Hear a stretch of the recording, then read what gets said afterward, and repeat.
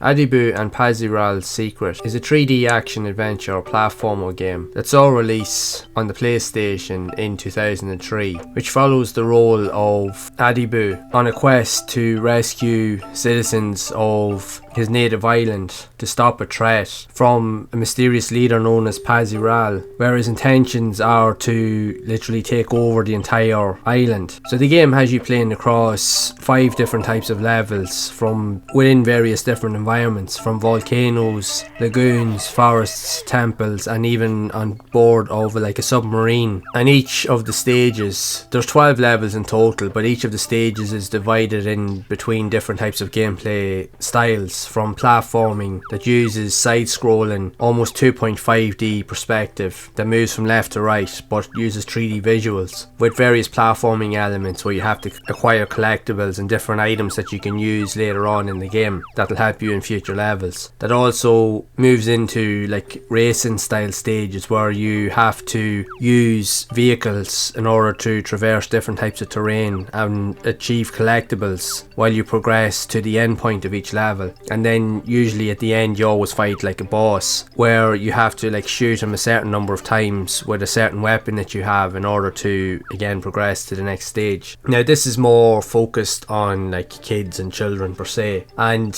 while the PlayStation does have many different types of styles of platform games, many of which are very iconic, but yet some of which that are known literally for their level of difficulty, because some of the games on the PlayStation are extremely difficult, whereas this game is more focused towards the younger generation, and as a result it definitely appeals to the dynamic, but at the same time it's definitely reflective in its gameplay, because this game, while it does have some nice touches, it's a very simple game to play. Like there's no airs and graces about it. It's a very simple experience. You will have the game completed literally within about an hour once you find all of the items. The longest part really that will take will be on the platform and sections, as you will be moving from left to right, but then you also have like hidden secret areas to find new items and try and collect everything that is in each level, whereas likes of the boss encounters and the racing style levels will literally be over in 1 to 2 minutes tops. You won't really take that long to finish it. It's not a very long game as such, and while the game does have some premise of a story, it is very simplistic in its nature. The whole experience ideally is just very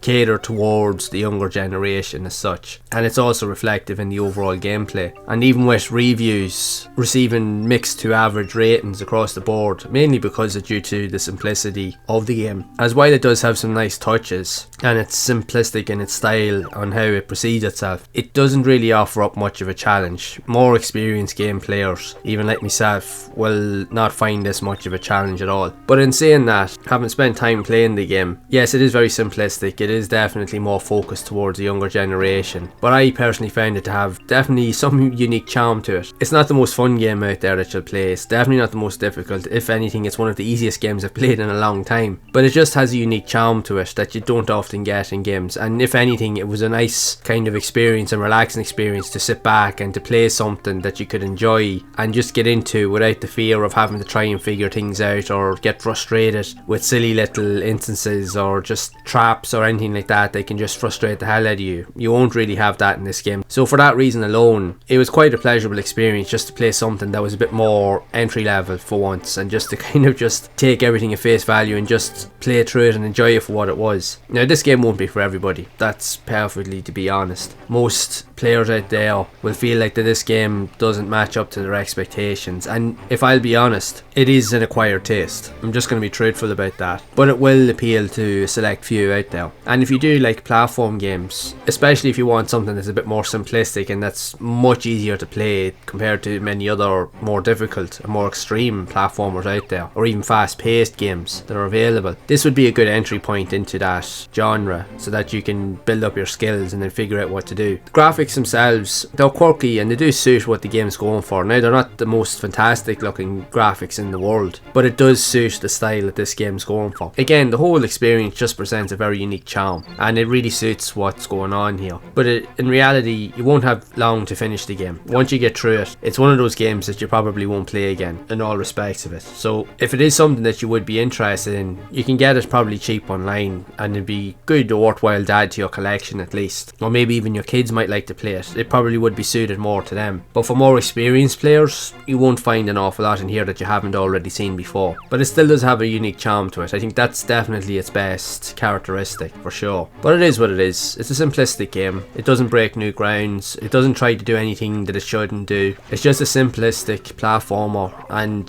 it's just a nice refreshing take on a tried and tested method that you will finish rather quickly. And sometimes it's nice just to play games that are just simple, with no stress or no kind of silly or stressful tactics in play. You won't get that with this game at all. So if that is something that you would be interested in, sure, you can have a go and see what you think for yourself. But I'm sure there are people out there that have played this and that have enjoyed it, even so much so that I even had a subscriber reach out to me and ask me to do a couple of videos on this. So that's one of the reasons why I said I would give it a go. But even at that, for me personally, because the PlayStation is my favourite console, and truthfully I want to try and experience every game that the PlayStation provided, regardless of whether it's good or bad. There's a chance that I'm going to play it at some point, because I believe in just seeing games for what they are. And I know myself, not all games are great, and I have played a lot of very poor games on the PlayStation, but with those experiences a lot can be taken out of them, because even the worst games I've played, there's always been something about them, something unique or something quirky or charming that I could take away from it that I genuinely did like, that I wouldn't have seen in other games. So there is always that contrast and that dynamic to it. Now, not everybody will see it that way, but I just like to be open-minded with these things. And especially if you do enjoy playing video games, there's no harm having a bit of fun of it, regardless of how good or not so good the game is. It is what you make of it. If it is too frustrating, if you find, you just leave it alone and go on to something that is more appealing to your nature. But this game is definitely more entry level, so nobody will really have much of a trouble with this game at all. So whatever you decide, that's your choice, and I will leave that up to you. But regardless, I would love to know your thoughts of this game if you have played it yourself, and if so, do you enjoy these type of more quirky or more entry level style of platformers or games that we're seeing on the PlayStation, or maybe not so much? So be sure to share it down in the comments below. And if you would like to see more content around more unusual and quirky style games similar to this that were also released on the PlayStation, then you can check out the playlist on screen to see more of those games in action. And be sure to leave a like on the video, subscribe to the channel, and hit that bell to be updated of future videos. And as always, keep those gaming memories alive.